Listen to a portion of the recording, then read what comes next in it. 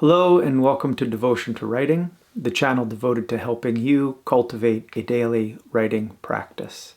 And, I hope, to the realization that you are creative abundance. Today I want to talk about play. Now I know this might not be familiar to a lot of people. It's not something we often associate with writing. Maybe it's something you've never really heard or considered, and that's why I wanted to talk about it today, because I think it is really important to kind of getting over some of the blocks that we might have about writing. So first of all, question, why don't we think of writing as play? Why don't we approach writing playfully? And what if we did? What if we could? Would this help us write more freely and without this kind of stress and pressure that frequently accompanies writing?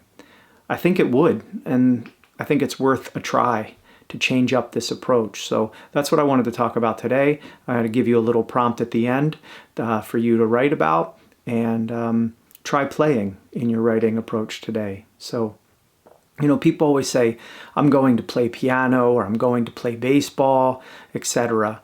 But no one ever says, I'm going to play writing. I get it. Play is used in these other ways, like playing piano as a way to describe a doing. But still, we could say to ourselves, I'm going to play writing now. Or, sorry, I can't meet you for coffee. I'm playing at writing today. So I know when I sit at the piano, I often do exactly this. I play. And that is, I invent, I discover, I make it up as I go. I hear a note, I play a note, and I hear something that comes next. And in that space of invention, of incorporating what comes to me to make the next thing, is where this magic of creation occurs, and we can do it so naturally. So what if we just played with words as they came in this way, or an image that came to us? What if we just invited in and decide at that moment what we're going to do with it, as opposed to coming to the page and thinking we have to know what we're going to say, or what it has to be, or where it's going to go. So we can listen. As each word comes, we can take it in and allow it, the word or the image, to suggest the next thing. It's an improvisation we're engaged in. We're engaged with ourselves. We're taking suggestions and we're doing the next thing with them. I mean, I can remember playing as a kid, right, running around in the yard, and we're playing some make-believe, and a friend says, "Oh no, there's a dragon." And we all immediately scream and take cover behind a tree or a rock, or behind something imaginary, or maybe somebody pulls out an imaginary sword and brandishes it at the dragon and says, "How dare you enter this kingdom," right? Something like this. And the point is that we could take in an instant this new suggestion of a dragon suddenly appearing out of nowhere, this unforeseen element. We could add this right into our play. We could just seamlessly do it, because that's what we do. That's what we are as beings, that we did it so naturally as children. And it seems like when we apply it to our adult lives, we're more rigid or something. We don't have that ability to be so flexible anymore, and to invite things in and to play with it. So we can do this, though. We can do the same thing with writing, or with painting, or dancing, or sculpting, or whatever it is that we're doing creatively. We can take what comes in,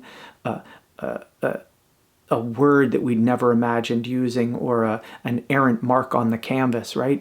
And we could incorporate that into what we do and what we're making. We could do that if we wanted. We never know what's going to come out of that dynamic, creative self that we are. But we know that we can make with it, because we do it all the time.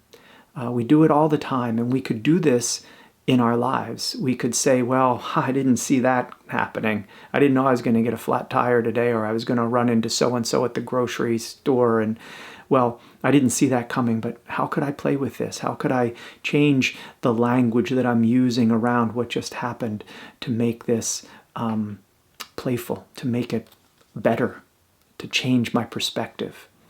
In play, we're willing to surrender. in order to participate in the unfolding of the game, right? We enter a world or a fantasy so completely that we lose ourselves, and we happily lose ourselves. And in the doing, we contribute to the magic of what we are creating.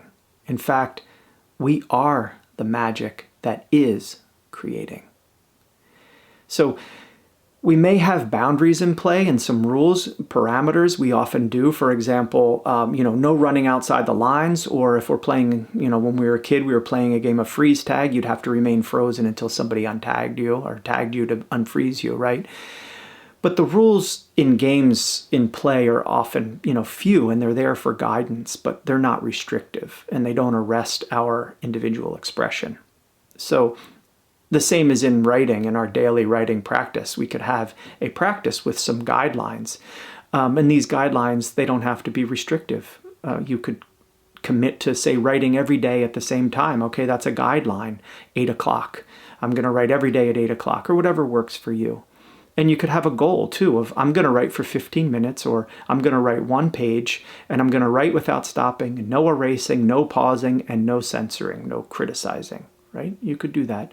Then when you step to the page, you can step into these guidelines, 8 o'clock for 15 minutes, but then have fun within this structure. Another structure that we might have are prompts. Prompts, they're such a wonderful kind of a structure, a guideline that we can have. That's the reason I really like to use them, because they give us some place to begin. They give us a home base, but we can run wild from there. We can go anywhere. We can be anyone, anything. We can say anything. We can do anything we desire, right? Here on the page. So with that in mind, I wanted to give you a prompt for today that has to do with play. And it's this. When I was a kid, I loved to play. When I was a kid, I loved to play what? What did you love to play? How did it make you feel? And what did you imagine yourself to be? So you could pause the video and you could write on that now, or you could watch to the end and write the prompt at the end if you'd like. But I want to leave you with that prompt, and I hope you'll get some writing from it. And as always, I thank you for watching, and I hope that in writing you will experience how abundantly creative you are, that you have the creative power in you to shape your life. And you do it with language, you do it through your dreaming, and you do it through your thoughts. And that you can play with all of these. With a single word, you could change your entire perspective. We choose the words to describe our world and our life. We can play with these words, and the whole game changes. So keep that in mind as you write today. Thank you always for tuning in. If you like this video, please subscribe. Also, if you know a friend who you think would benefit from it, please share that with them. Please share this with them. I hope you write deeply today. As always, I know that you will write beautifully. Blessings.